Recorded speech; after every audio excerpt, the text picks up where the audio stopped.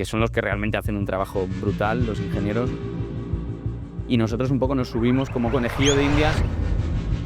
Eso en un avión no puede pasar. O sea, en un avión, como no sepas dónde está en un momento crítico, sea el avión que sea, la has cagado. El incidente más grande que he tenido no ha sido haciendo un ensayo en vuelo. Fue con un riesgo que hoy en día es muy alto siempre, en cada vuelo y en cada tipo de avión que es. ¿Podrías explicar qué es el CLAEX? Oye, os dedicáis a probar aviones de diferentes tipos de... Pero más que probar aviones al estilo americano, sale un avión nuevo y tal, lo que hacemos es sobre todo probar nuevas capacidades. Y la patrulla Águila, con el avión que tenían y lo limitado que siempre ha estado el 101, pues es de las mejores patrullas del mundo, porque es verdad que ser muy espectacular con un F-18 como los Blue Angels es muy fácil. Por eso te digo que con lo que tenemos somos los mejores del mundo. Y en mi casa era todo aviones, es decir, nunca tuve esa sensación de tener que elegir qué quería ser de mayor. O sea, yo voy a ser piloto y ya está, y además piloto militar.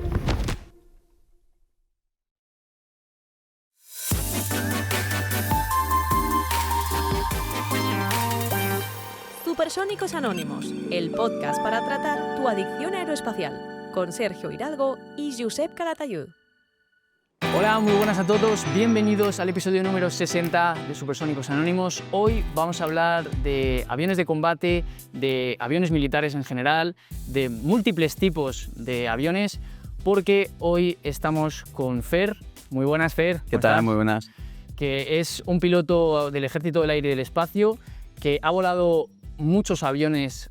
¿Todos? ¿Podríamos decir todos los aviones del Ejército del Aire? Bueno, no todos. ¿No todos? Todos. He tenido casi todos. muchos. Sí, tiene experiencia volando aviones, pues eso, de transporte, como el A400M. Bueno, no sé si mucha experiencia, pero yo te he visto volar en el A400M, F-18, F-101 también has volado. Sí. Entonces, hoy va a ser un episodio muy interesante porque vamos a poder preguntarle acerca de todos estos tipos de aviones, cuál es la diferencia principal entre todos ellos, y todo esto es porque tú has formado parte del CLAEX, ¿verdad? Sí. ¿Podrías explicar qué es el CLAEX? Bueno, pues el CLAEX es, en definitiva, una unidad del Ejército del Aire. Es el Centro Logístico de Armamento y Experimentación. Y, bueno, pues básicamente entre muchas de las cosas que hace el CLAEX, porque es un centro logístico donde llega el armamento. El CLAEX tiene muchísimas misiones, tiene el grupo de software, tiene el grupo de ensayos dentro y tiene el grupo de armamento, ¿vale? Lo que es la orgánica y tal, bueno, pues yo creo que ahora quizá es más rollo explicarlo, pero básicamente es una unidad que no solo tiene aviones y vuela, sino que además pues, tiene un montón de ingenieros que trabajan en desarrollo de software, en guerra electrónica, en un montón de cosas. Y dentro de todo ese conglomerado de grupos estamos nosotros. Bueno, yo ya no estoy decir que yo ya no estoy en el CLAEX. Ahora estoy en el 43 grupo, de nuevo, de vuelta a lo que fue mi casa, eso luego lo contamos si queréis. Dentro de esos grupos, como decía en el CLAEX, está el grupo de ensayos en vuelo. Básicamente, ¿qué hace un grupo de ensayos en vuelo, especialmente en el Ejército de Aire? Pues hace mejorar aviones, dar capacidades nuevas a las unidades que operan aviones a través de los ensayos en vuelo. Eso es un poco... O sea, es como un grupo de experimentación, ¿no? Digamos, oye, os dedicáis a probar aviones de diferentes tipos sí, de... más que probar aviones, que también se ha hecho en algún momento, pues en el pasado sobre todo, y también lo hemos hecho nosotros ahora con alguna nueva adquisición, pero más que probar aviones al estilo americano, sale un avión nuevo y tal, pues como ya sabéis, pues nuestra industria es distinta, ¿no? Y lo que hacemos es sobre todo probar nuevas capacidades. Por ejemplo, me voy a inventar un misil nuevo que se adquiere. Primero es el CLAEX el que lo prueba, el que lo integra, sobre todo ese armamento hay que integrarlo en el avión, en el software que tiene el avión. Claro, tienes que ver cómo vuela el avión con ese misil. Cómo vuela el avión con ese misil, cómo se separa el avión del misil, el misil del avión, y cómo el avión interactúa a nivel software con esa aeronave. Eso es una de las pequeñas cosas que hace el CLAEX, ¿vale? Porque el CLAEX abarca pues, prácticamente todo, desde el armamento hasta el software, hasta los paracaídas que salen de una 400, hasta una tablet que llevas en un avión y cómo sería la eyección con esa tablet. Ostras, O sea, flipas. se abarca todo y eso es lo que hace que sea muy bonito y que haya que probar muchísimas cosas. Claro. Yo Esto era, yo creo, una muy buena introducción a lo que se ha hecho, lo que hacéis en el, bueno, lo que habéis hecho en Lo el que CLAES, porque, hacen, claro, lo lo que que hacen en el hacen CLAES, y lo que seguirán haciendo. claro, porque tú estás en el grupo 43, que son los apagafuegos, mucha gente te conocerá por redes sociales, que tienes una cuenta de Instagram en la que, bueno, has hecho mucha divulgación, la verdad, yo creo, de todo ese tema, pero ahora que la gente ya entiende más o menos de lo que vamos a hablar, yo quería ir un poco más al principio y preguntarte de dónde nace como tu pasión por la aviación o tu dedicación a esto. Bueno, pues es muy fácil porque es que yo no tenía remedio. Básicamente mi padre fue piloto del ejército. Él estuvo destinado en un avión que está por ahí al lado, en los Saeta, en Valladolid. Ajá. Y luego ya cuando yo nací, él ya estaba en líneas aéreas, pero en mi casa básicamente todo era aviones, todo giraba en torno a los aviones. Los fines de semana íbamos a los aviones, a la Fundación Infante de Orleans, donde mi padre en aquel entonces volaba y en donde ahora vuelo yo también. Qué locura, no sabía que tu padre volaba. Sí, mi padre fue uno de los pioneros de la fundación y tal. Y en mi casa era todo aviones, es decir, todos los armarios yo abría me escapaba al desván y había unos armarios donde mi padre guardaba, hacía colección de maquetas y yo las destrozaba todas, claro, porque me pasaba el día jugando con aviones, todas las películas que veía eran de aviones y ya te digo, nunca tuve esa sensación de tener que elegir qué quería ser de mayor, porque era como obvio en mi casa, yo voy a ser piloto y ya está, y además piloto militar. La verdad que no sé muy bien por qué, porque mi madre, que le daba como más miedo, se empeñaba en que yo fuera más bien piloto civil y tal, pero bueno, sí que tuve mucho apoyo de mi familia para entrar en la Academia General del Aire y tal. Además, bueno, una de mis hermanas es azafata, o sea que también por ahí, tengo un primo que también es piloto. O sea que básicamente, ya te digo, en mi casa todo era en torno a los aviones. Claro. Y mi padre es un apasionado de los aviones, no solo que fuera piloto, sino que le gustan mucho los aviones y bueno, pues un poco por ahí Claro. empezó y volando con mi padre en alguno de los aviones de la FIO también, o sea que... Tengo una curiosidad. ¿En algún momento te has planteado que te molaría ser astronauta, por ejemplo? A ver, evidentemente, o sea, que para decir, para mí eso es imposible.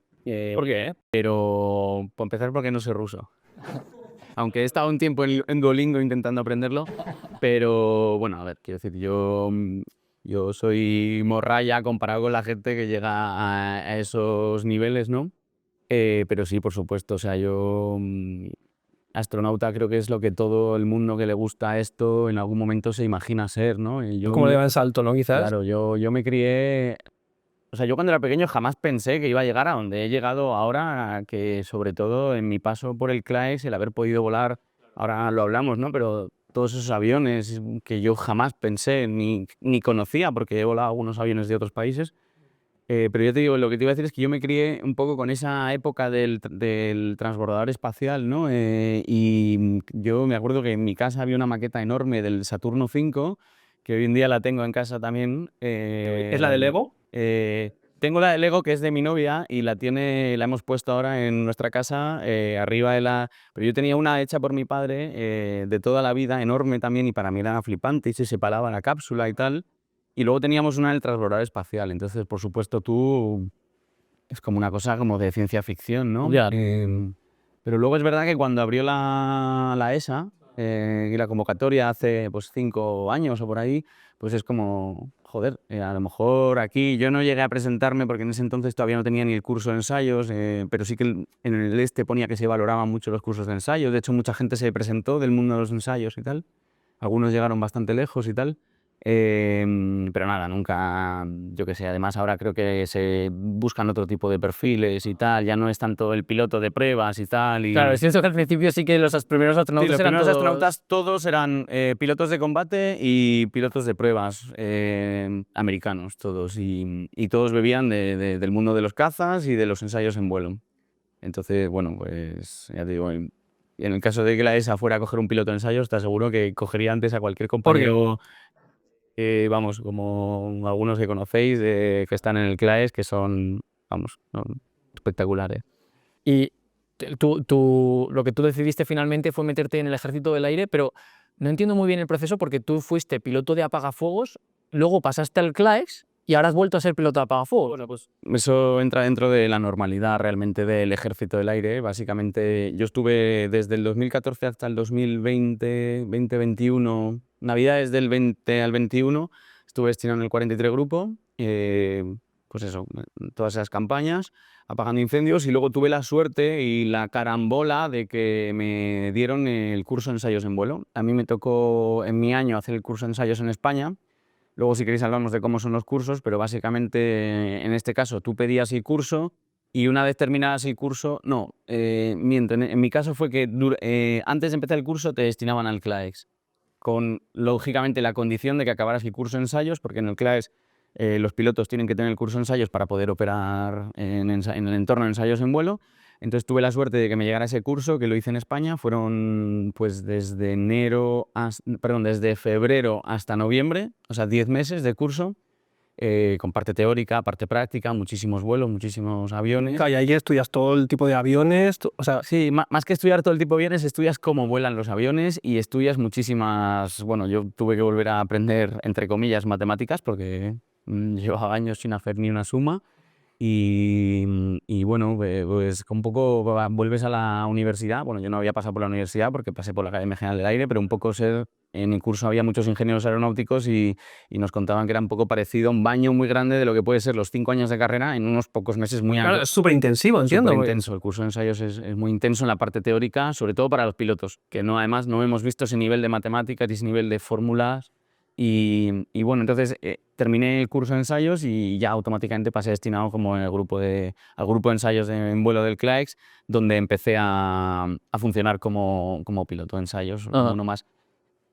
Si queréis lo enlazo con que, bueno, en mi caso y en el de varios pilotos del CLAES, de hecho últimamente la mayoría, hay 2 tipos de cursos, que es el de categoría 1 y el de categoría 2. En ensayos hay muchas categorías, categoría 1 en función del tipo de vuelo que vas a hacer luego, ¿vale? Y luego entonces el curso se adapta a esa categoría. Por ejemplo, las personas que hacen el curso en Estados Unidos, todos son categoría 1, que es lo que se dice piloto experimental, por así decirlo. Y la única diferencia realmente del curso con el español, porque la verdad que tenemos un curso montado muy bueno, la Escuela Española de Ensayos, es que hay que hacer unos vuelos de estabilidad variable, que los da una empresa que se llama Calspan, y en esos vuelos pues puedes mover el centro de gravedad del avión en el propio vuelo a través de un software, y el avión se comporta básicamente puedes sacar de la envolvente normal del centro de gravedad a través del software el centro de gravedad mismo, y entonces vuelas un avión fuera de la envolvente, cosa que en un avión normal no puedes hacer porque está, bueno, por así decirlo. Luego en el entorno de ensayos, en un vuelo experimental sí se podría, ¿no? Entonces ese tipo de vuelos son lo que en el curso de España no se hace, y por eso los que nos graduamos en España somos todos categoría 2, que bueno, luego tiene algunas limitaciones a la hora de trabajar, pero bueno, no, realmente en el día a día no tiene mucha implicación, pero bueno, está bien matizar eso de que el curso en España y el que hice yo es de curso de piloto de pruebas de categoría 2. Y el curso ese que hacíais con ingenieros, luego esos ingenieros salen y pueden trabajar también en el CLAES como ingeniero de vuelo. Sí, bueno, ahí es distinto. O sea, en el curso de ensayos, una cosa es el máster de ensayos, que es lo que los militares... Vamos a hablar de distinguir entre los militares y los civiles que van a ese curso, ¿vale? Nosotros, en mi caso, fuimos 2 pilotos militares, un piloto Eurofighter y yo que venía de apagafuegos, y un ingeniero que venía del SAR y otro ingeniero que venía del propio CLAES, pero sin haber hecho el curso y del tema de control técnico. Entonces, esos somos el grupo de militares que íbamos a hacer el curso para luego pasar a formar parte de la plantilla del CLAES. Y luego, aparte, teníamos compañeros de clase en el máster de ensayos en vuelo que proporciona la UPM, que eran ingenieros civiles, todos, incluso algún piloto también creo que había, civil, pero que ellos simplemente van a hacer el máster de ensayos. Es un máster propio de la UPM que luego las empresas de ingeniería, que tienen su parte de ensayo lo valoran mucho, como por ejemplo Airbus o otras compañías, ¿no? Valoran mucho que esa persona haya cursado una formación fuerte en ensayos. O sea, esa persona no puede luego entrar al CLAES, por ejemplo. Esa persona no, porque para entrar al CLAES tienes que previamente haber hecho un proceso, ser militar, que te den un destino, otro, no tiene nada que ver, ¿vale? Además, esa gente que pagaba, por así decirlo, el máster no hacía el curso de ensayos entero, lo que está estipulado en el sílabus de un curso de ensayos que te habilita como piloto de ensayos categoría 1 o categoría 2. Le falta, porque por ejemplo, un curso de ensayos, para ser piloto de ensayos necesitas volar, por ejemplo, aviones de high performance. Hay una parte que requiere que vueles, imagínate, un F-18. Esos civiles, por razones obvias no volaban en los aviones militares, no volaban un avión de high performance. Entonces, Claro. hacían el máster, la parte teórica y muchas de las prácticas en aviones civiles, pero no llegaban nunca a graduarse, sí como el máster, pero no como ensayos en vuelo, lo que marca la normativa que yo tengo en AESA, tengo mi licencia de vuelo civil, que soy piloto de ensayos de categoría 2. Vale, Claro. vale, vale. ¿Vale? Y con los ingenieros pues un poco parecido.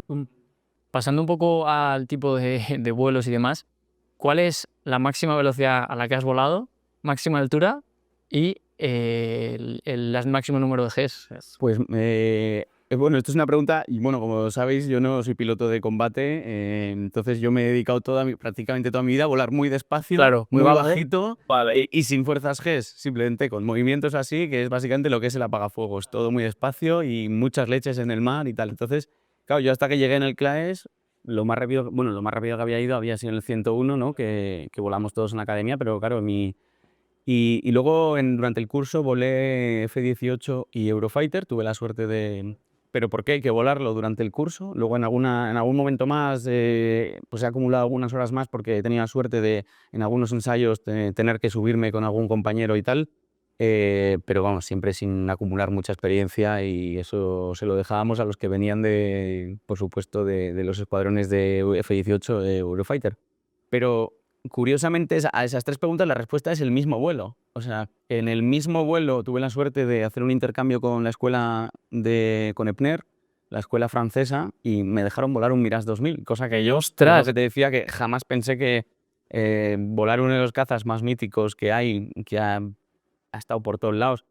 Y en ese vuelo de Mirage 2000 ha sido en el vuelo, creo, porque la verdad es que no lo tengo Claro, anotado, claro. pero creo que ha sido la vez que más rápido he ido, la vez que más alto he ido y seguro la vez que más Gs me he metido, porque bueno, la máxima altura ese día fueron 40.000 pies, la máxima velocidad debió ser del entorno de 1.5, Mach 1.5. Mach 1.5. Yo había ya pasado supersónico, tuve la suerte de volar supersónico por primera vez en el Eurofighter con un gran amigo mío, con Javi Barcala, que seguro que te suena. Ajá. Y macho, en ese vuelo estoy casi seguro que fuimos más rápido porque ya no me acuerdo, fue un vuelo con tantísimas emociones. Lo que sí que sé que fue el vuelo que fui más alto, que subimos hasta 40.000 pies y luego estuvimos haciendo unas maniobras de unas inversiones, hicimos un perfil de ensayo que se hace muy típico ahí en EPNER, con EPNER, que hacen los alumnos con el Mirage 2000 y ahí nos metimos 9 Gs. Y yo, que no tenía mucha experiencia en meterme Gs, ¿Qué tal me eso? pareció ¿Durante salvaje. cuánto tiempo? ¿Cuántos segundos? Pues no mucho, yo deben ser 2, 3, 4, 5 segundos, porque hicimos muchas veces la maniobra y tal. Pero para mí fue un momento de decir, joder, ¿Qué está pasando? salvaje, porque se nota mucho. Además, los pilotos de caza hacen un entrenamiento antes de empezar su especialidad y su vida operativa como piloto de caza, hacen un entrenamiento que es la centrifugadora. Claro. O sea, yo no he pasado por ¿tú ahí. no? No, yo nunca he O sea, pasado tú no por ahí. sabías lo que eran 9 Gs. Yo, a ver, sabía lo que son muchos Gs, porque No, claro. además en el 101, que lo volaba mucho, los Gs se notan mucho y son muy incómodos. Un avión, porque también depende de la postura, cómo vayas sentado y tal. Sabes que los Gs no son lo mismo en el 101 5 Gs que en el Eurofighter 5 Gs. Tú te metes 5 Gs en el Eurofighter y prácticamente lo notas. ¿En serio? Entre comillas, porque el traje, por ejemplo, se te hinchan los brazos, se te hinchan las piernas, se te hincha hasta la nuca. O sea, es una cosa, aparte el asiento es mucho más ergonómico, entonces no es lo mismo meterte los Gs en un apagafuegos que en un Eurofighter, que en un F-16 que vas prácticamente tumbado, ¿no? Pues todo eso varía. Entonces sí que había estado muy acostumbrado a meterme yo mismo Gs en el 101 y tal, que son Gs un poco incómodos y tal, y en los vuelos que había hecho Eurofighter y tal. Pero, hostia, 9 Gs era como... Joder, una sensación pues extrema para el cuerpo, claro. Ya, háblanos del traje para las Gs, para soportar las Gs, porque hay mucha gente que seguro que no sabe de qué estás hablando. ¿Cómo funciona? O sea, ¿qué hace? Vale, bueno, primero, yo no soy un experto en este tipo de... Vale, pero lo has usado más o Sí, menos. lo he usado durante mucho tiempo porque en el 101 se lleva un traje anti-G también y es un avión que he volado mucho. Pero básicamente cuando tú te metes aceleraciones positivas o negativas, en este caso esto solo funciona para las aceleraciones positivas, pues por la propia gravedad al corazón le cuesta más bombear porque la sangre está sufriendo yéndose hacia las extremidades, hacia abajo. Entonces, básicamente, un traje anti-G funciona de tal manera que se te hinchan esas extremidades y permite que la sangre, creo que es que permite que la sangre regrese o que no baje tanto o que al menos se mantenga bombeando y básicamente ayuda al corazón a mantener la sangre que necesita para que el cerebro no pierda toda la sangre. O sea, es un traje que te va a todas las extremidades. O sea, No, los Depende, brazos, bueno, claro, el depende. Eurofighter, si no me equivoco, también eso se lo podéis preguntar a Juan, que va a venir y os va a contar todas las cosas de esto, aceleraciones y tal, porque bueno, de los pilotos más expertos que hay en este tipo de vuelo. Pero vamos, básicamente sí, sobre todo están las piernas en la mayoría de los aviones y en algunos aviones tienen los brazos y también en algunas partes del casco, que también se hincha. A través de un sangrado del avión, está conectado al avión y el avión regula con esos Gs, sabe cuánto Cuando tiene que aire que viene del motor te tiene que meter. Yo volé en el 101, de hecho volé y estabas tú el día Sí, que sí, yo volé. nos conocimos allí, me parece. Y me acuerdo que la sensación de cuando te empieza a apretar por primera vez, y me quedé en shock porque de repente me hizo y dije, madre, ¿qué está pasando aquí? ¿Sabes? Seguramente tuvieras que hacer la prueba de anti-G rodando antes. Creo que al principio no lo habíamos hecho y entonces, no me acuerdo la verdad, pero yo me acuerdo volando de repente que se me hinchó todo y dije, claro, de primera Dios, la ¿qué está sensación pasando? no solo es los Gs, sino que notas que el traje te está atacando, por así decirlo. Y claro, pero luego es fundamental, por supuesto.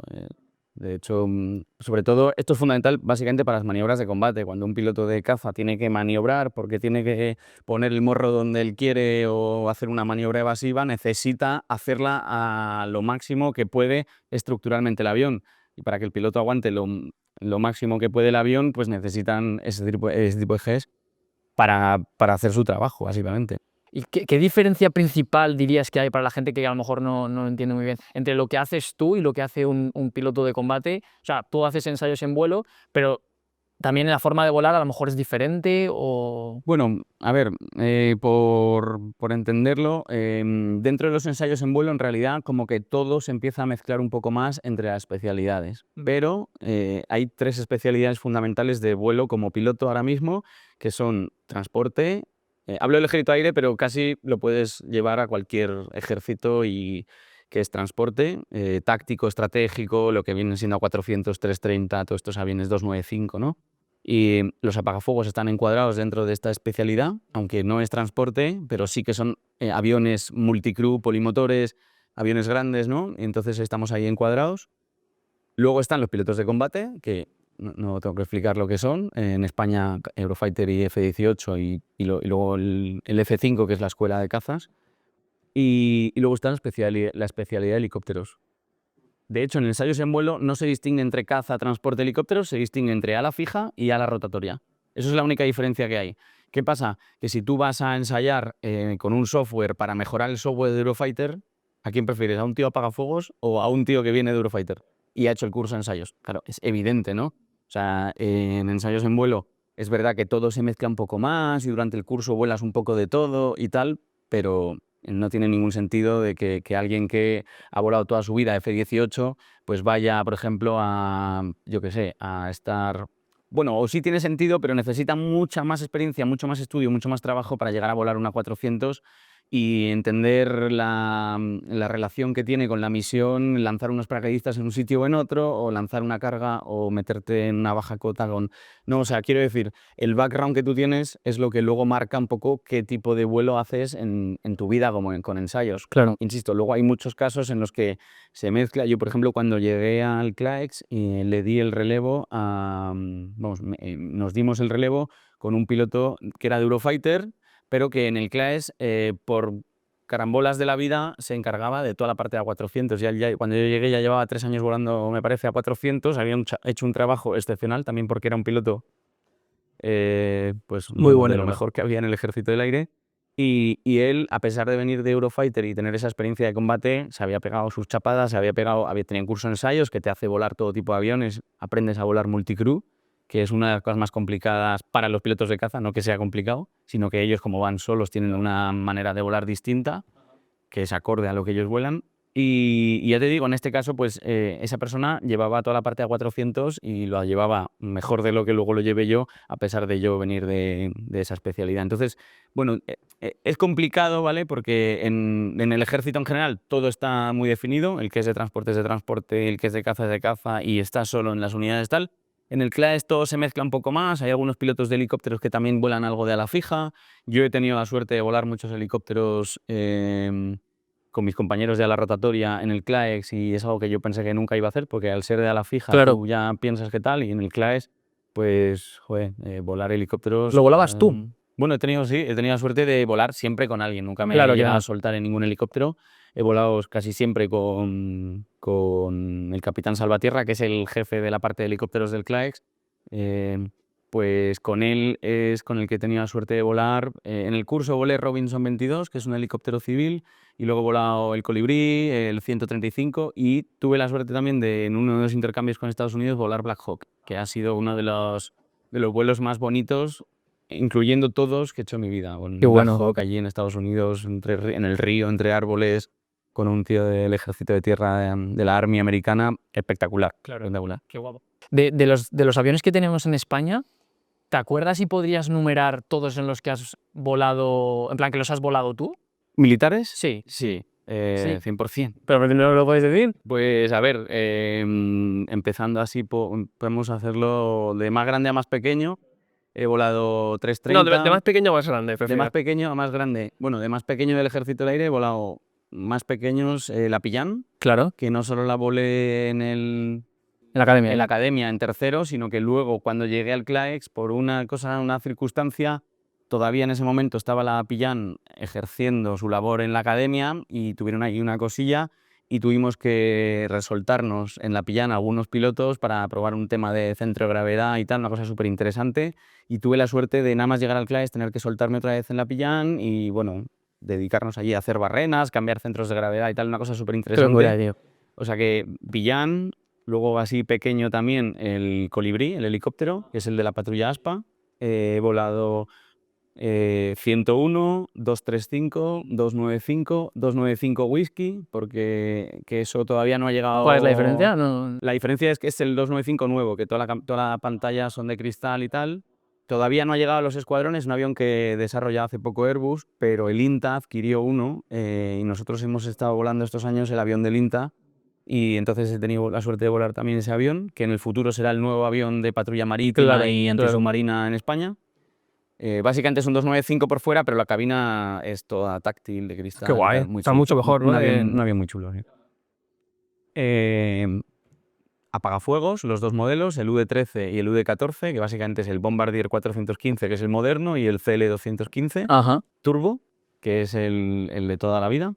A ver, ¿qué más? De cazas he volado F-5, F-18 y Eurofighter. Hablo solo de españoles. Sí, luego te pregunto de los de fuera. Españoles. A ver, ¿qué más?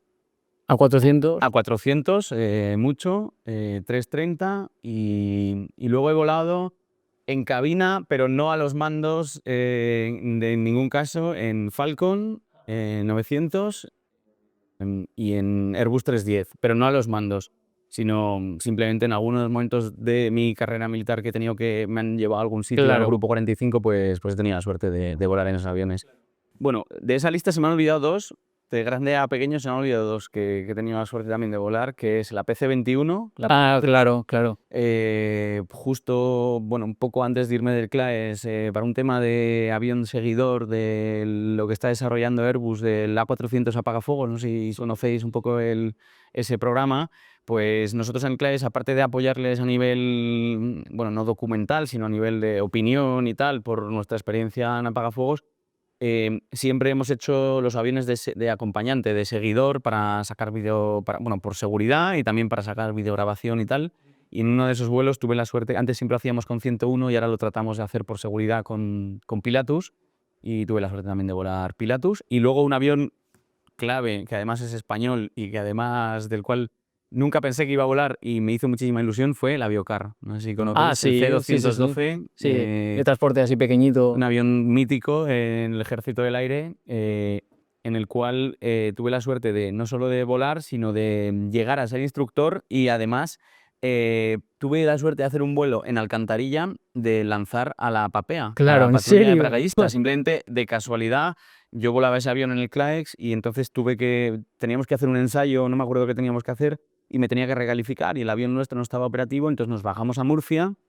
Le pedimos allí el escuadrón de allí que nos recalificara y ellos tenían programado ese día un lanzamiento a la PAPEA, que es como la cosa que ellos allí hacen habitual, pero claro, de repente llegas tú, que vienes de apagafuegos, que luego has ido al CLAES y acabas en un aviocar en Murcia lanzando a la PAPEA. Son cosas que a uno dice, joder, qué ilusión Qué me ha bien. hecho, que es una vez, no lo voy a volver a hacer, en el sentido de que ya no me voy a tener esa suerte, pero bueno, son pequeñas cosas que tiene el CLAES que dices, joder, esto... Nunca me imaginé yo que no me dedicaba a esto, a que iba a tener esta... Claro, la PAPEA, por si alguien no lo sabe, son el grupo de paracaidistas que hacen exhibiciones y demás aquí en La España. patrulla acrobática de paracaidismo del Ejército del Aire, que son, bueno, de los mejores, de los mejores De que hecho, tengo. de hecho, yo diría literalmente del mundo.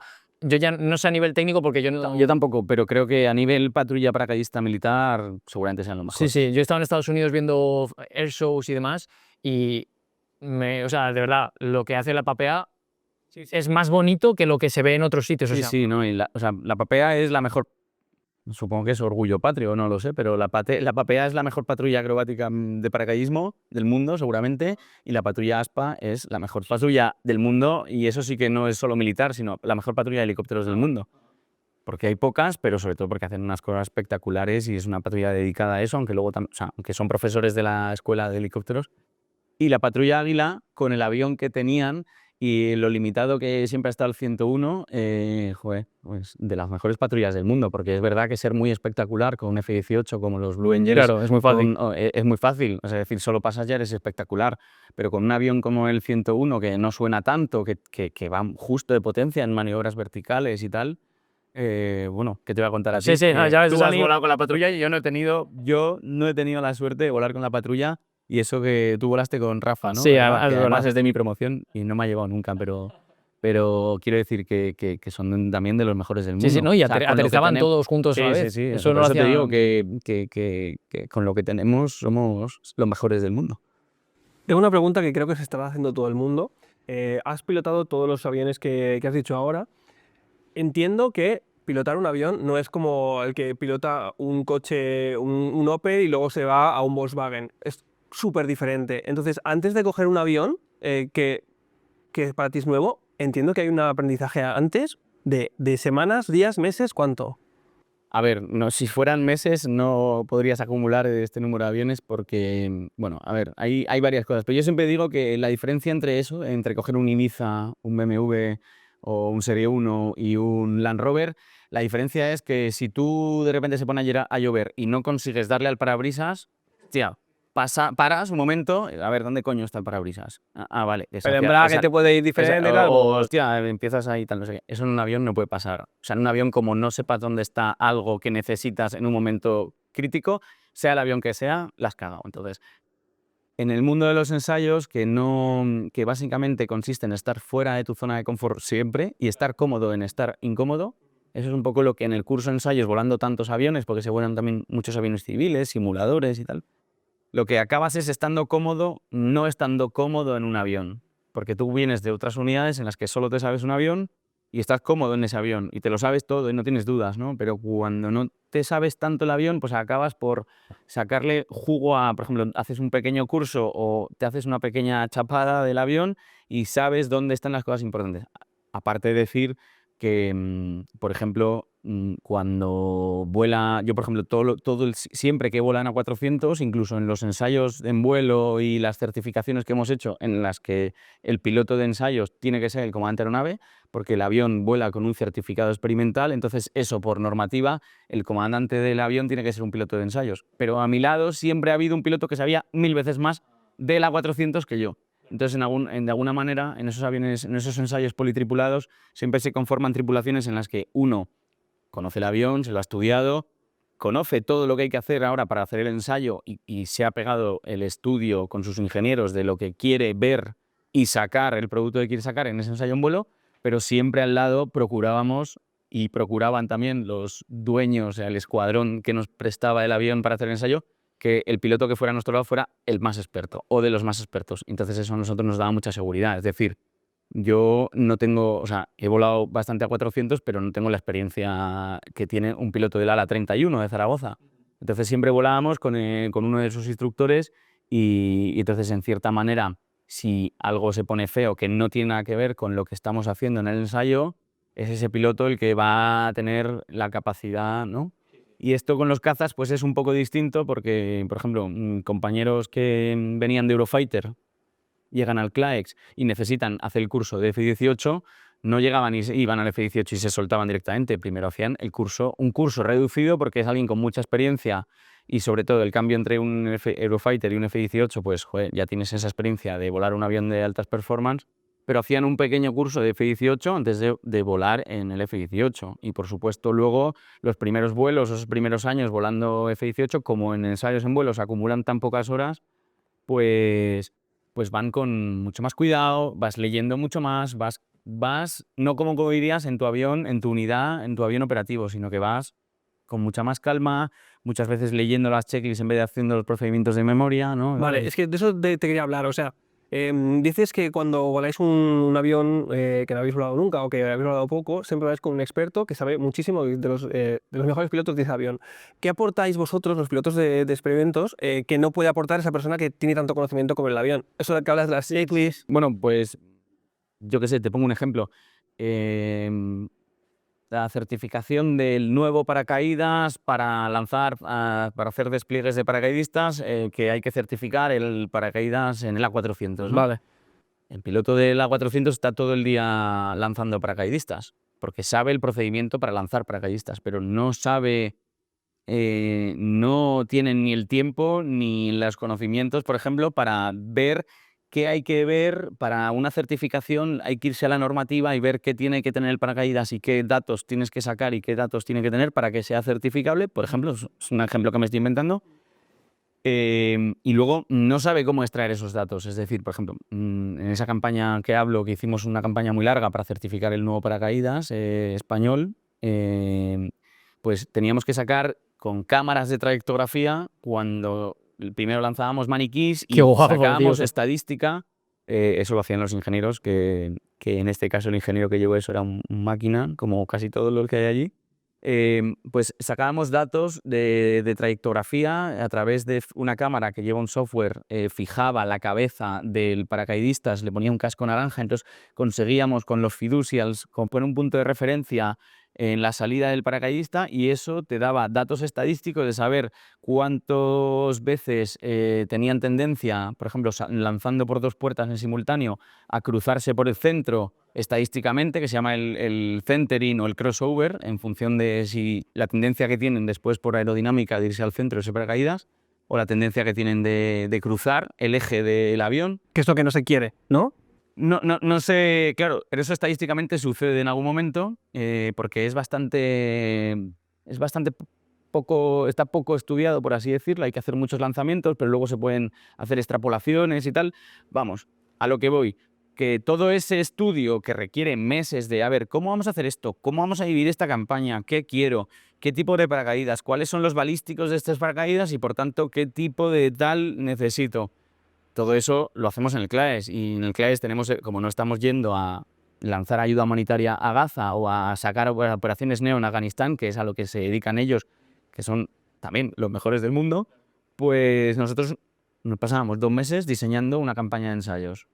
Y cuando llegas al avión tú sabes lo que quieres, tú sabes, y hay incluso a veces que trabajábamos con sistemas que la propia unidad todavía no había trabajado con esos sistemas. Claro. Entonces, bueno, pues aportamos esa parte. O sea, por ejemplo, en caza, que ellos van solos, por ejemplo, pero si están desarrollando un software nuevo del Eurofighter, están cambiando cosas del Eurofighter a la hora de cómo interactúas con el avión, de la simbología, de...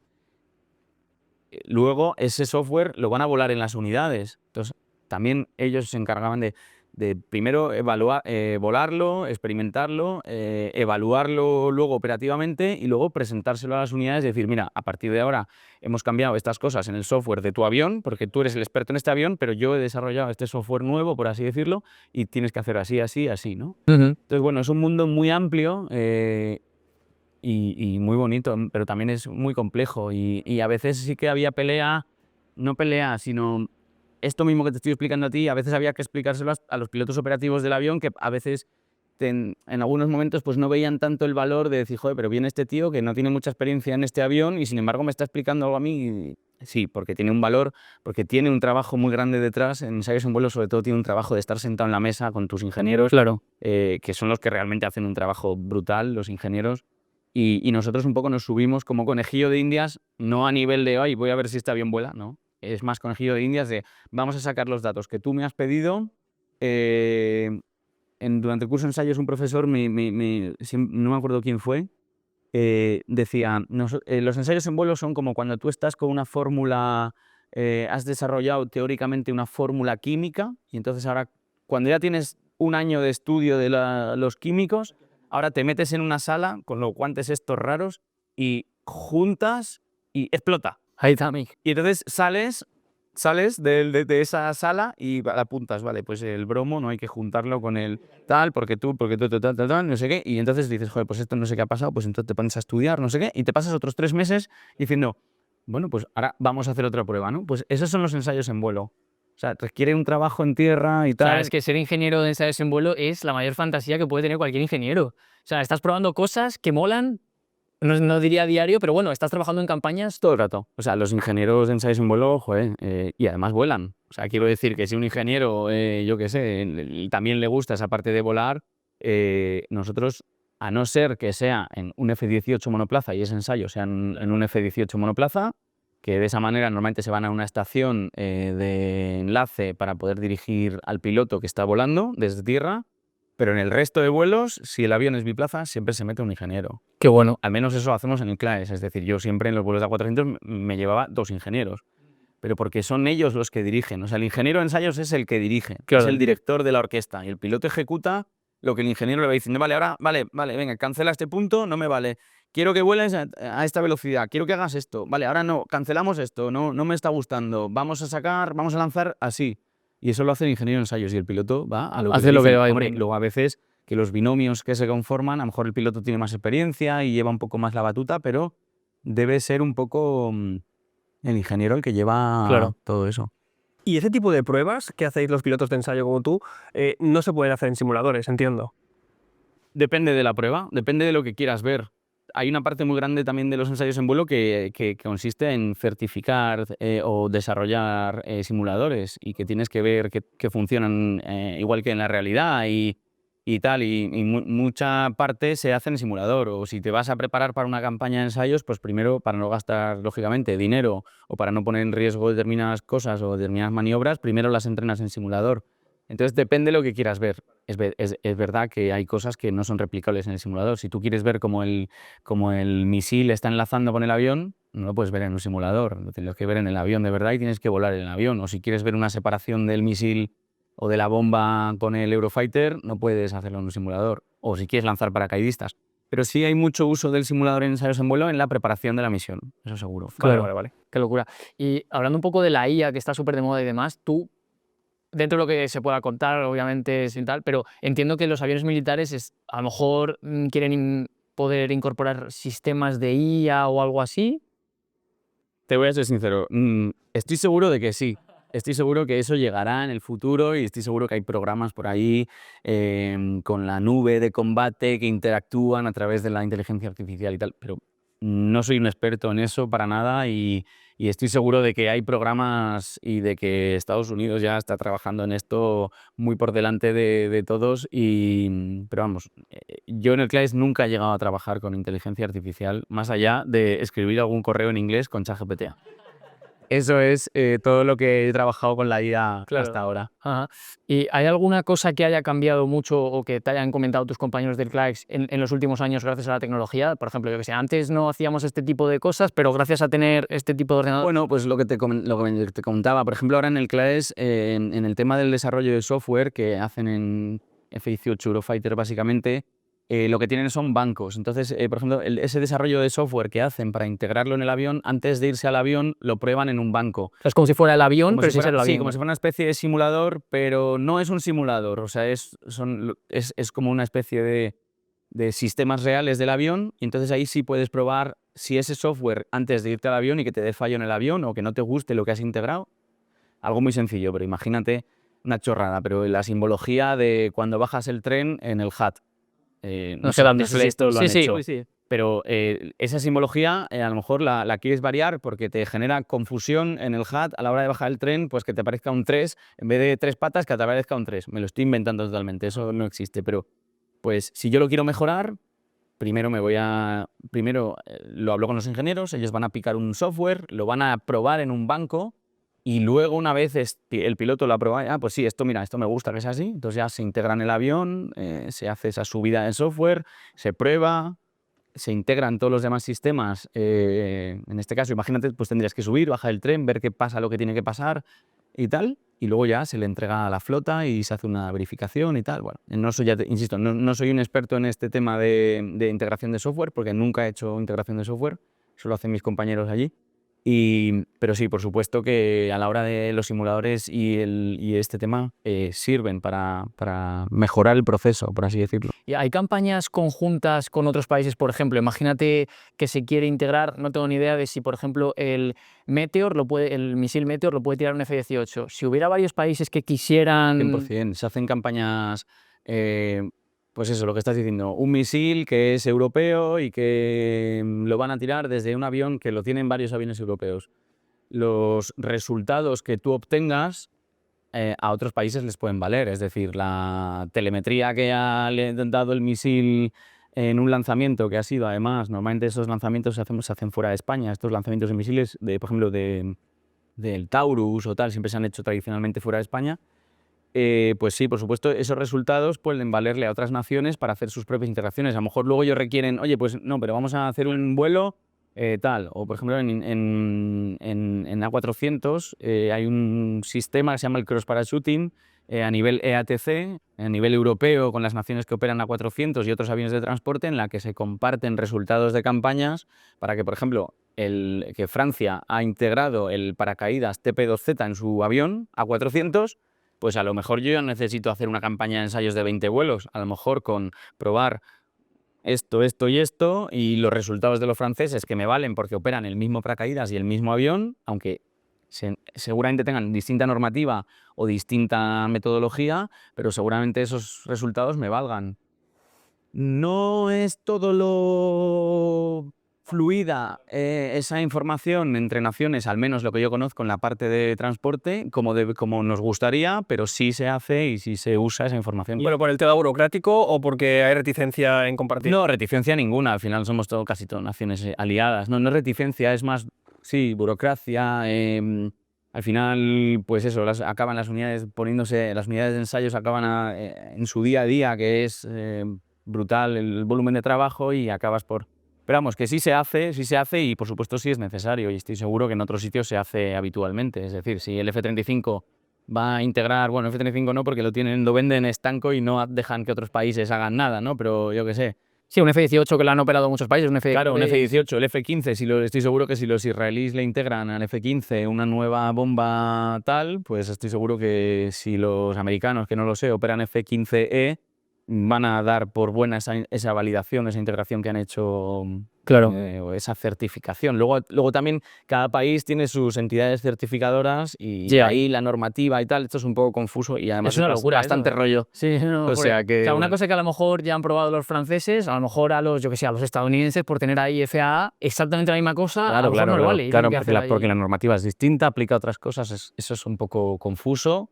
Y es un poco aburrido, la verdad. El tema normativo a nivel certificación y tal es una barbaridad. El tema de aviación y normativa es una locura. Ya, sí, la verdad que sí. Es que saber, hay que ser, vamos, para sabértelo todo. Sí, pero bueno, es precisamente esa la razón también por la que la aviación al final es tan segura, porque hay mucho... Sí, claro, los procesos que se pasan y tal. Claro. ¿Cuál sería, o sea, para que la gente lo entienda, como el mayor reto a la hora de integrar un misil? Porque en mi cabeza está el avión, le pones el misil y tiene que funcionar, ¿no? ¿Por qué eso es difícil o sea, por qué hay que hacer esa integración? Bueno, o sea, la integración no solo hay que hacer la integración del misil en el avión si el misil es nuevo y ese avión nunca ha lanzado ese misil, sino que además incluso un misil que ya está certificado, validado en ese avión y él lleva toda la vida lanzando ese misil, si ahora cambias el software del avión, hay que volver a hacer esa integración que es un poco más, ya te digo, insisto, yo soy piloto de transporte y no he hecho nunca integración. Tuve la suerte de participar en un lanzamiento de misil volando en Eurofighter y tal, y he estado pues compartiendo escuadrón con todos mis compañeros y por eso puedo decir pinceladas de esto, pero no soy ningún experto, pero ya te digo, es un proceso muy complicado. O sea, ya te digo que hasta que si cambias el software de un F-18, ese AI-9 que antes lanzaba, ahora tienes que valorar que con ese software a lo mejor ya no lee ese misil porque cada el software tiene un misil, el avión ahora tiene otro, por entre medias hay millones de códigos. Entonces es muy complicado, aplican mucha normativa, los ensayos en vuelo con armamento real son los más complicados seguramente porque, joder, vas a lanzar un misil por primera vez, tienes que no solo tener en cuenta tu avión, tienes que tener en cuenta a dónde vas a lanzar el misil, el área de seguridad, 1000 cosas, un avión seguidor que vaya tal, la grabación. Es complicadísimo. Es que los ensayos en vuelo son vuelos muy complicados, por eso se acumulaban pocas horas, pero de trabajo eran infinitas. Claro, antes de cada vuelo tienes un montón de trabajo. Un montón de estudio, un montón de trabajo, un montón de reuniones, solo para ver, oye, a ver, o sea, desde la primera reunión que en inglés le llamamos RIC, la reunión inicial de coordinación, desde esa hasta la reunión del informe final de ensayos, o sea, pasan años, seguramente, en algunas veces pasan años. O sea, vosotros como los pilotos del CLAES decís que, o sea, ¿podrías decir que vuelan a diario o no? Depende, hay semanas que te toca volar a diario porque estás inmerso en una campaña y te respeta el avión que no se rompe y tal, y hay veces que te pasas meses sin volar. En general se vuela menos que en las unidades porque además, en mi caso, por ejemplo, de media he volado, vamos a poner 120 horas de media en el CLAEX al año, pero repartidas a lo mejor en 6-7 aviones. Claro. Entonces la experiencia más o menos es lo que volaba, 6-7 aviones distintos al año. La experiencia acumulada en cada aeronave es muy poca. Entonces, además te pasaba que, por ejemplo, el A400. El A400 es un avión muy complicado y está diseñado como buen Airbus para volarlo todos los días. ¿Qué pasaba? Que nosotros te pegabas una chapada del avión porque te venía una campaña de lanzamientos o de refueling, por ejemplo. Hemos hecho estos años, me ha tocado participar en campañas de pairing, oye, pues vamos a certificar que el 295 pueda reabastecer desde el pod central del A400 o que el Eurofighter pueda reabastecer de tal. Pues te pegabas una chapada del A400, importante, te ibas al simulador, te recalificabas con un vuelo, te pegabas una chapada del sistema de refueling como tanker, tal no sé qué, y te pasabas 2 semanas volando. Y de repente decías, joder, ahora tengo ritmo, me siento uno más de la tripulación y tal, no sé qué, y me va la mano donde me tiene que ir y me veo cómodo en el avión, porque es verdad que mis compañeros y yo tenemos esa facilidad de enseguida te ves cómodo en el avión, entre comillas, porque estás cómodo en la incomodidad. Claro. Pero luego de repente parabas y se acababa esa campaña y te ponías a trabajar en el informe y a lo mejor estabas 7 meses sin volar el avión. La siguiente vez que tenías que ir a volar el avión era como, no me lo puedo creer, se me ha olvidado todo.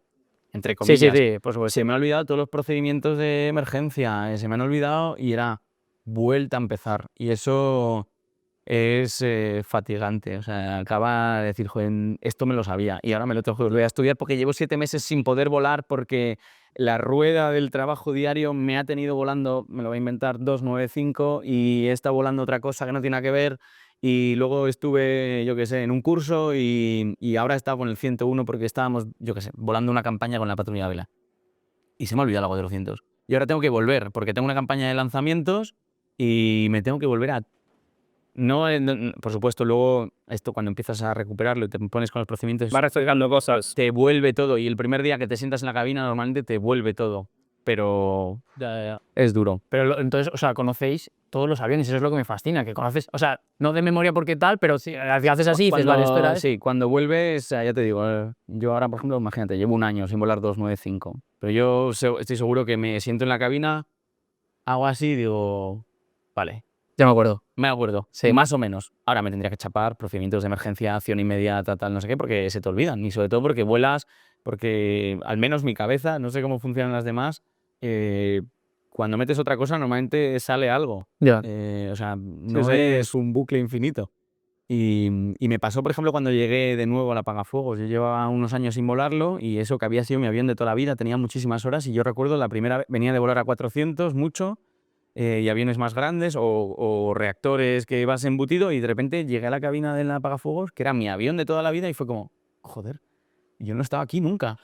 Y recuerdo que después del primer vuelo ya era como, vale, ya está. O sea, ya me ha vuelto todo. Incluso la sensación de la cabina, las distancias y tal, me resultaron súper raras. Y ahora, sin embargo, pues otra vez es mi salón, de casa, o sea, es Tu oficina. es mi oficina, ¿no? Entonces, eso pasa con los aviones. Bueno. Como piloto de ensayos, que ha volado muchos tipos de aviones diferentes, seguro que en algún momento has tenido, por desgracia, algún momento tenso. Sí, alguno.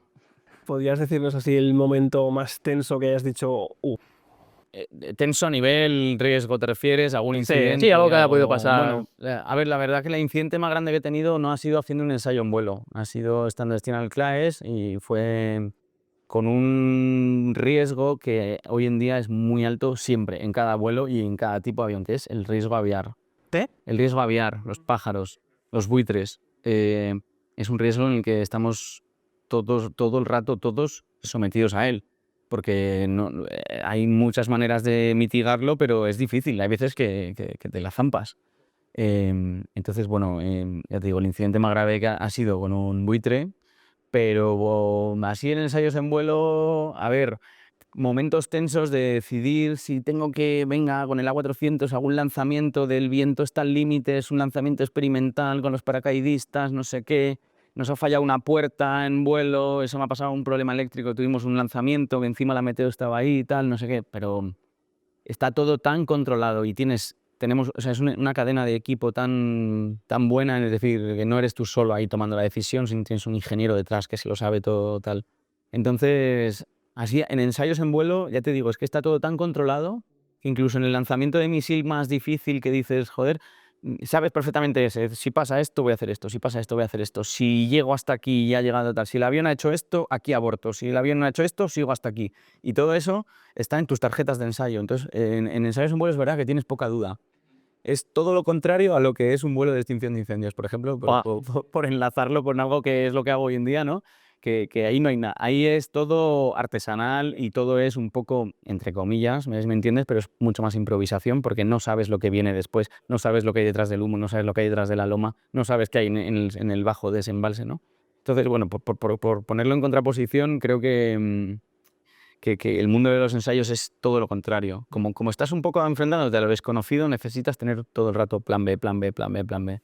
Y entonces eso en ese sentido, con la ayuda de todo el equipo que se forma para hacer un vuelo de ensayos, por eso es tan interesante. Y el tema de los pájaros, no va a haber nunca un sistema infalible para desviar los pájaros que se aparten? Nunca va a haber nada. No tengo Claro. ni idea. No lo sé, ojalá, pero es verdad que es, bueno, ya te digo, ha habido incidentes y accidentes con los pájaros y es un tema sensible y es un tema difícil porque al final volamos en su medio, pero también la sensación general, y tampoco me quiero meter mucho en este jardín, pero la sensación general es que cada vez hay más, cada vez hay más.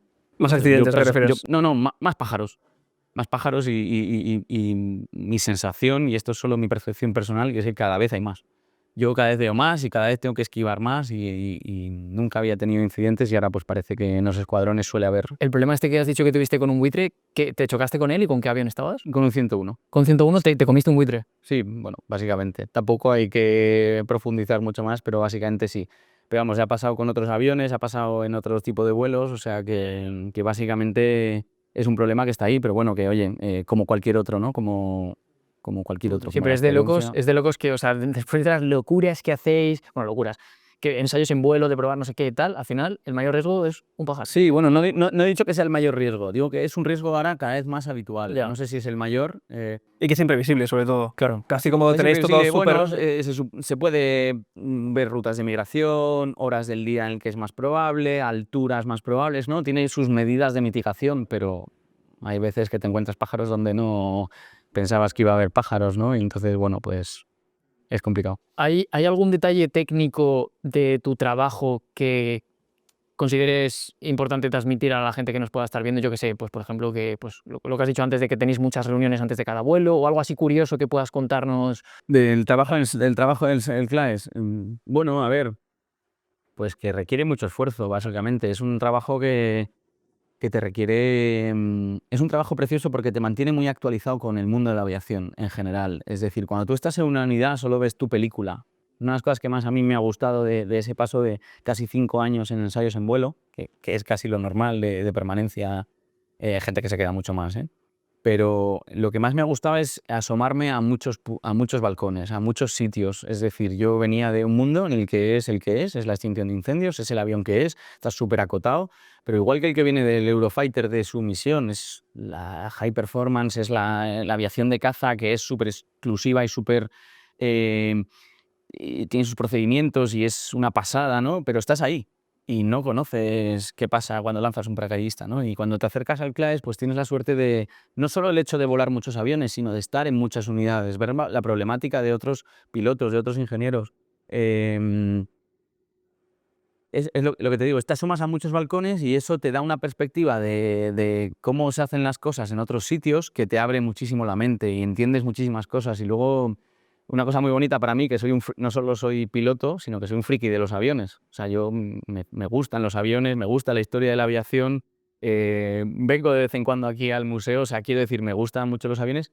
El concepto de ver un avión y a lo mejor luego te equivocas y no tienes ni puta idea, mal hablando, pero ver un avión y decir, joder, este avión yo creo que va a volar de esta manera. Joder, mira qué curioso cómo vuela este avión y sin embargo yo pensaba que tal y le ves el ala o le ves cómo tiene el tren de aterrizaje y ya sacas como cosas que antes ni te enterabas, o tú antes volabas un avión y tenía cosas que tú te habías acostumbrado y en realidad eran una mierda. Y entonces cuando has aprendido, por ejemplo, de evaluaciones de Human Machine Interface, ¿no? O sea, de lo que es la interacción del hombre con la máquina y has entendido cómo se hacen esas certificaciones y esos ensayos, y dices, joder, ¿quién hizo esto? Porque esto en realidad está mal. Lo que pasa es que yo ya me había acostumbrado, pero te pones en una perspectiva distinta, ¿no? Entonces te da una visión muy bonita de la aviación. Claro, Y también entiendo de hablar con otros países o... De todo, ya te digo. Y luego el mundo de los ensayos es muy transversal, es decir, te vas a Estados Unidos y hacen las mismas técnicas y todo es igual, ¿no? Y te entiendes. Y yo he volado con muchos pilotos extranjeros porque, aparte de, bueno, he sido instructor también del curso de ensayos y luego en los cursos de americanos últimamente vienen mucho a España a hacer sus evaluaciones finales. Y bueno, por no enrollarme, pero he volado con muchos pilotos americanos y dices, joder, si hacen lo mismo que yo. Y he volado también con pilotos australianos, israelíes y tal. Y también he volado allí en sus escuelas y mola porque es como un mundo también en el que se comparte mucho, en general, la forma de trabajar y tal. claro. Yo tengo una pregunta, esta es una pregunta que me llevo haciendo muchísimo tiempo, y es que cuando, imagínate haciendo un ensayo en vuelo, un avión tiene un problema, ¿de qué sirve que otro avión le haga como de escolta? Vale, sí. Bueno, Nunca lo he entendido. o sea, no es cuando tiene un problema. En general, en los ensayos en vuelo, en muchos, si se puede, se pone un avión seguidor. Pues básicamente, seguro que lo has visto en los ensayos ahora de Boom Supersonic, siempre que despegan va un F5 al lado. Eso es básicamente porque estás probando algo y nunca sabes lo que puede pasar. A veces es por eso, bueno, es por eso siempre, pero a veces también necesitas grabación desde fuera. Por ejemplo, si vas a pasar la primera vez la barrera del sonido con el avión de Boom Supersonic, necesitas ver si el avión hace algún extraño, si necesitas saber si se desprende algo del avión, ¿no? Lo estoy inventando, pero seguramente tenga alguna... O si, por ejemplo, en ese primer despegue, joder, qué menos que si te vas al aire no estés solo. Va el piloto solo con su avión y va lanzado con la estación de tierra, con su ingeniero, pero si lleva un avión al lado que le pueda decir, ostras, pues no te ha subido el tren, y que no tengas que sacarlo a posteriori, ¿no? Ese avión seguidor da mucha seguridad en todo. Es decir, por ejemplo, en lo que os he contado con el desarrollo de los aviones del Airbus A400 apagafuegos, pues trabajábamos ahí en simbiosis con Airbus a la hora de darles ese apoyo de avión seguidor. O si vas a lanzar un misil con el Eurofighter, pues pones al lado a otro Eurofighter, si puede ser, o un F-18, un avión que tenga las mismas características para poder seguirlo, lógicamente, porque si pones a una Pillan para seguir a un Eurofighter, pues ya se ha acabado. Mal asunto. Entonces, pues necesitas grabarlo. Es el primer lanzamiento de este misil. Necesito documento gráfico para luego, si algo va mal, poder estudiar qué ha pasado. Y a veces no solo se graba desde otro avión, que muchas veces literalmente te subes en otro avión y el piloto de atrás o el ingeniero de atrás va con una cámara de videograbación para tener más datos. Aparte, el avión lleva sus propias cámaras a veces en ensayos y tal. Por ejemplo, en la última campaña que hicimos de certificación de paracaídas en A400 para certificar el lanzamiento simultáneo, con todo esto que os he contado antes del centering y tal, pues llevábamos un 101 al lado para comprobar que, uno, para grabar, porque es un vuelo de ensayos experimental. Si algo va mal, luego necesitas volver a empezar, necesitas dar pasos atrás para luego volver a seguir con ese programa. Si tienes un vídeo, por ejemplo, es mucho mejor. Ya. Pero luego, además, si de repente se te queda un paracaidista enganchado, hostia, a lo mejor no llevas, las cámaras no están enfocando Ya, donde no lo ve el necesitas o tal, piloto. y entonces, oye, confirmo, paracaidista enganchado en la puerta izquierda. Es un ejemplo. Pero siempre que podíamos intentábamos poner un seguidor en el aire para cualquier cosa. Otras veces, por ejemplo, muchas veces sacamos en el CLAES usamos, ese avión suele ser el 101. Pues, por ejemplo, si están haciendo un ensayo de radar para algo del nuevo software y tal, necesitas que un avión haga Para detectarlo. para detectarlo. Oye, pues necesito que te pongas cara a cara y que después vires para que yo haga mis pruebas con el radar. Pues necesitas otro avión. Entonces, en los ensayos siempre se ve esas parejas de aviones en las que pues, te dan mucha más información y mucha más seguridad. Claro. Por no hablar de lo que me decías tú, de una emergencia. Oye, tengo una parada de motor, vale, pues me quedo aquí contigo, si necesitas que te lleve las comunicaciones, necesitas que te eche Claro, un o sea, ojo. serviría para eso, ¿no? Llevar las Sí, comunicaciones. pero eso pasa en cualquier avión de caza. Si tú tienes una emergencia, tu líder o tu punto, en función del tipo de emergencia, pues te va a llevar hasta la toma, te va a echar una mano, te va a leer si necesitas algo o simplemente va a estar ahí por si necesitas algo. Y eso en ensayos, por supuesto, con más razón, porque tienes más posibilidades de que algo vaya mal, porque estás probando Claro, algo. por supuesto. Entonces, si tienes una emergencia, joder, si vas con alguien al lado es mejor. Pero eso, por ejemplo, te va a llevar hasta la toma, o sea, que le vas a seguir, literalmente. Mira, un ejemplo.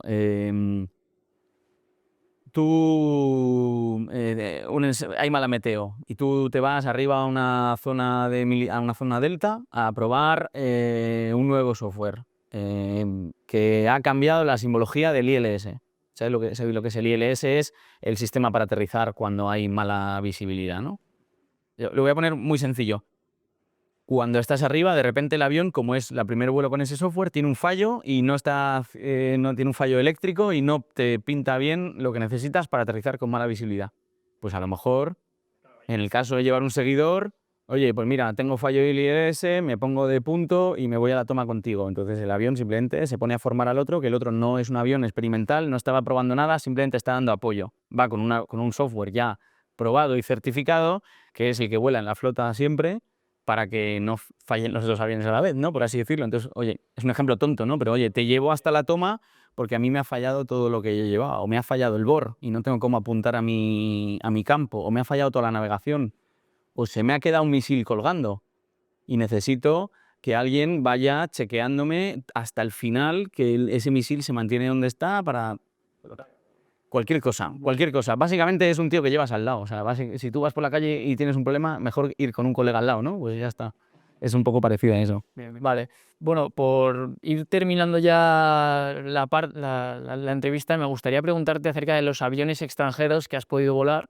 He visto, puede ser una foto tuya con un Rafale también. Sí. ¿Te acuerdas de más o menos todos los que has volado? Es una joder, locura, ¿cómo no me voy a ¿verdad? acordar? Eso es... Es una lista, un check, ¿no? De cada uno de los joder, aviones. los aviones que uno vuela y más aviones así, bueno, pues como el Rafale. Ya te digo, he volado aviones civiles, he volado aviones extranjeros también en la FIO, que he volado muchos aviones. En la Fundación Infante Orleans, de hecho, el avión que vuelo yo es un Fleet 2, es un Consolidated Fleet 2, que es un avión americano. O sea que también he volado algunos aviones americanos fuera del entorno de ensayos. Como ensayos es que he tenido la inmensa suerte de poder ir de intercambio a EPNER, a la Escuela de Ensayos francesa, y a Patterson-River, a la US Navy TPS, que es la Escuela de Pilotos de Pruebas de la Navy americana. Es de locos porque justo fui yo hace un par de años. Sí, lo sé, Fui si vi fotos tuyas en el museo. Bueno, pues al lado está, no sé si entraste en la base, No. pero al lado está Patterson-River, que es como si fuera el CLAEX De allí, de la Navy. de la Navy. Pero es una base entera con 3 pistas. O sea, quiere decir, es la dimensión que tiene, que cuando vas allí te abrumas y a pesar de que aquí somos la leche, allí es que es otra Sí, dimensión. sí, es diferente. Entonces, allí es como si, o sea, allí tienen escuadrones de todo, pero solo de ensayos. Es que es una base solo de ensayos. Aparte de donde está la escuela de ensayos, pero aparte tienen, o sea, está el VX-20, VS-23, que es el escuadrón de ensayos solo de P-8. Otro de los aviones que he tenido suerte que volar. ¿En serio? Sí. Madre mía. Que es uno de los vuelos que más me impresionó, no por el avión, que al final es un 737, pero decir, joder, un P-8 Poseidón, que no es un avión, y además volamos el T-1, que es el Tail One, que le llaman, que es el prototipo número 1 que ellos tuvieron como P-8, donde han desarrollado todo. Es una máquina de ensayos que por fuera es un P-8, pero por dentro es donde han desarrollado todos los sistemas de guerra electrónica y lucha antisubmarina para luego integrarlo en sus flotas e incluso vender el avión, porque hay otros países que tienen el avión. Entonces, allí en Patuxent River, por ejemplo, volé el Beaver, que es el avión más antiguo que tiene la Navy ahora mismo en flota. Es un avión, bueno, casi como de finales de la Segunda Guerra Mundial, con motor cilindro, un avión muy antiguo. Lo usan allí para remolcar veleros y para dar instrucción de patín de cola y tal. Volé T-62, Texan 2, que básicamente el vuelo que hice fue solo barrenas. Hicimos 12, 13 barrenas en una zona que se llama Spin Zone, que eso no lo tenemos en España, porque aquí lo hacemos simplemente en zonas militares. Allí tienen una zona de barrena, que es como una especie de cilindro en el aire, donde tú sabes que ahí no puedes pasar porque va a haber un avión cayendo. Y lo tienen definido, entonces tú te metes en un círculo en el aire, por así decirlo, en tu sistema de navegación, te metes ahí, que es la Spin Zone, y ahí te pones a subir y a bajar. Y es un avión que demuestra muchos tipos de barrenas y tiene una fácil salida a la barrena, entonces está muy bien para aprender a hacer o para ver tipos de barrenas. Yo llevaba mucho tiempo sin hacer barrenas y fue un vuelo espectacular. He volado Black Hawk. Hostia, he de decir que en ese intercambio nosotros íbamos a volar T-38 y F-18 Super Hornet. Wow. Y cuando llegamos, los F-18 estaban fuera de servicio y el T-38 tuvo un problema el viernes anterior con un paracaídas que se había saltado solo y tal del asiento y los tenían parada la flota. Total, que al final, por eso tuvimos la suerte también de volar Black Hawk, Ajá. que fue, ya te digo, uno de los vuelos más bonitos que he hecho en mi vida, porque además tienen allí una especie de range en el que, como es de ensayos, pues tienen una zona en la que es como una rotonda en la que te tienes que meter en unos palos y ver en cuánto tiempo consigues hacerlo, todo eso con un Black Hawk. Lo pilotabas tú, ¿no? Sí. Hostia. No, el tío no quiso tocar el helicóptero. Debía tener tantísima experiencia que es capaz de decir, oye, haz lo que quieras, y más o menos yo me apañaba porque había volado en España algunos helicópteros. O sea, si te subes de primeras no sabes ni qué hacer con los mandos, pero más o menos sí que me habían enseñado a volar helicópteros, entre comillas. Y luego el Black Hawk no es tan difícil porque tiene muchos sistemas de ayuda, de que te mantiene un poco las cosas y tal. Y luego volé P-8 Poseidón, que ya te digo, o sea, hicimos ahí, bueno, pues procedimientos de lanzamiento de torpedos y tal, sí, todo simulado, ¿eh? Claro. Pero ahí en la bahía de Chesapeake, y ya te digo, o sea, de repente te ves ahí rodando por la base experimental de la Navy americana con un P-8 Poseidón sentado a la izquierda con el HUD aquí, y dices, yo venía de apagar incendios en Galicia y de repente estoy sentado en un avión en un avión mítico, porque no deja de ser un avión mítico, ¿no? Es un avión que está allá donde va Estados Unidos a desplegar para algún tipo de conflicto, allí tiene sus P-8 volando para dar cobertura. Y me flipó volar ese avión, la verdad. ¿Y por qué? O sea, ¿por qué te metieron en ese avión? O sea, Bueno, porque es un intercambio, ya te digo. Nosotros vamos allí y de esa manera los pilotos de ensayos de España pueden tener un overview de otros aviones que luego te hace, entre comillas, mejor piloto de ensayos, y además de esa manera también es como un payback que hacen, porque ellos vienen a volar también nuestros aviones. En sus cursos hacen sus evaluaciones finales con nosotros. Han venido a volar el Canadair para probar un avión distinto también y tal. Bueno, hay mucha interacción entre escuelas de ensayos, como nosotros somos escuela de ensayos también. Ya te digo, es básicamente como un intercambio for fun, o sea, es decir, por diversión, pero no por diversión, sino porque como piloto de ensayos, volar más aviones te da un bagaje más grande, básicamente.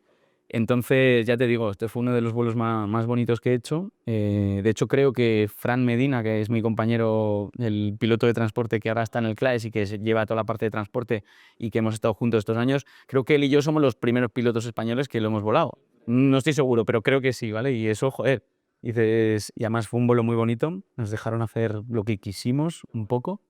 Y eso fue en Estados Unidos. Y luego en Francia también lo mismo, misma semana de intercambio y tal, y tuve la suerte de volar Rafale, que además, insisto, yo no soy piloto de caza, tenía la experiencia de haber volado en España con mis compañeros, Eurofighter, F-18 y tal, pero de repente llegas a Francia y te dicen, no, vuelas Rafale mañana, este es el tipo de vuelo que vamos a hacer, y vuelas en cabina delantera, sin simulador ni nada, y de repente te ves en unos cazas, en mi opinión particular, más bonitos que hay, porque el Rafale me parece espectacular, y estás ahí poniendo en marcha con un tío detrás francés que hablaba inglés a duras penas, un tío como que se fiaba de mí al máximo y bueno, pues fue una experiencia muy bonita, también te da mucho bagaje, porque aunque tú luego no vayas a ensayar con cazas, luego siempre te sale recurrente de, no, pues esto en el Rafale era parecido, Claro, tal, claro. no sé qué. No, Además, o ideas generales. ¿Y tú puedes directamente volar un Rafale, por ejemplo, sin haberlo tocado nunca? O sea, bueno, lo hice, pero claro, lo debía hacer fatal, pero bueno, pero es que ya solo despegar y aterrizar bien sí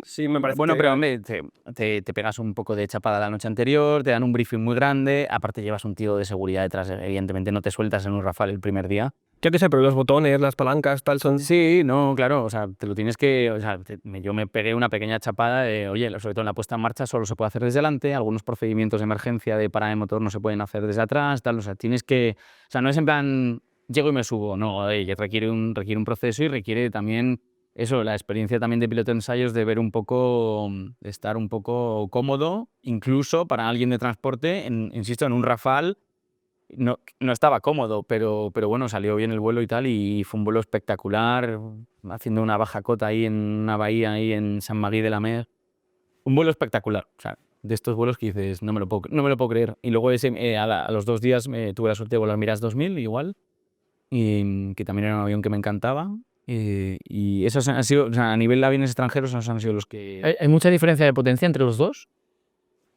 No lo sé, yo creo, o sea, no tengo, o sea, los he volado una vez, Claro, una claro. hora y 10 minutos cada uno, creo, no tengo, o sea, a mí me impresionan muchísimo los dos. O sea, yo recuerdo en el Mirage 2000, en el ascenso, que, claro, para un piloto de caza yo supongo que es normal, pero de tener que subir mucho el morro, exageradamente el morro, para no pasar la velocidad que me habían dicho de máximo en ascenso, que eran 350 nudos. Y yo recuerdo de, claro, o sea, Claro, es una con el performance. 101 subes el Claro, te quedas morro, rodado casi. y el anemómetro hace así. Y en este avión era en plan, no, sube, o sea, sube el morro porque como no lo subas nos pasamos de la velocidad.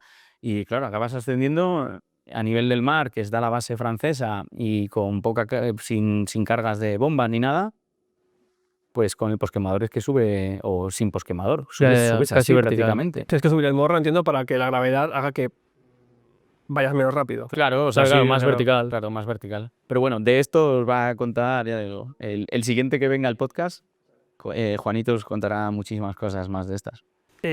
Juan, a lo mejor esto lo tienes que cortar, ¿vale? Pero se me ha ocurrido una pregunta y yo la voy a hacer. Seguramente no la querrás contestar, pero como, pi- como piloto de caza de ensayos, es que no sé si hacerla, me da vergüenza. Voy a repetir. Como piloto de ensayos de caza español, ¿qué crees que hay en el Área 51?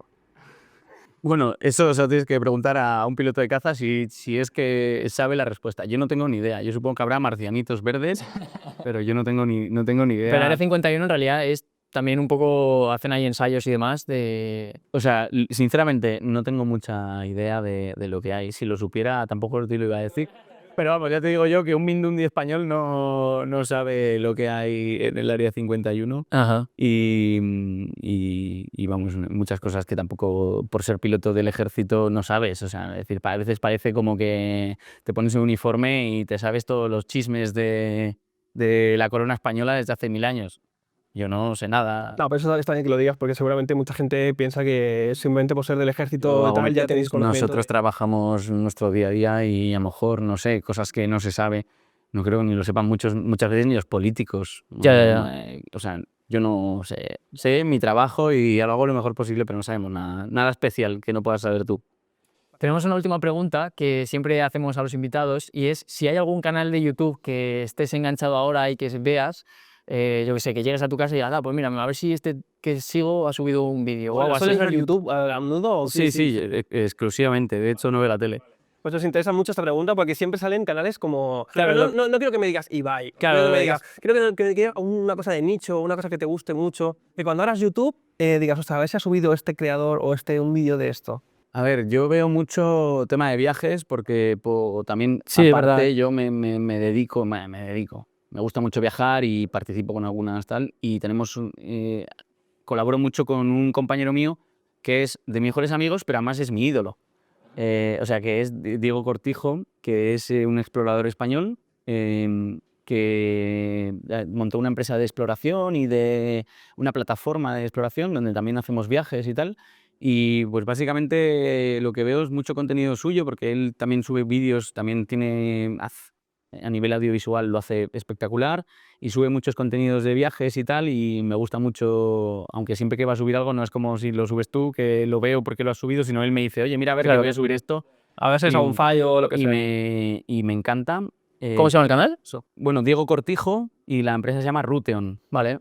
Ruteon, como suenan. Y ahí en YouTube, pues, por ejemplo, hace poco hemos subido el último viaje que hemos hecho a Groenlandia, que es espectacular.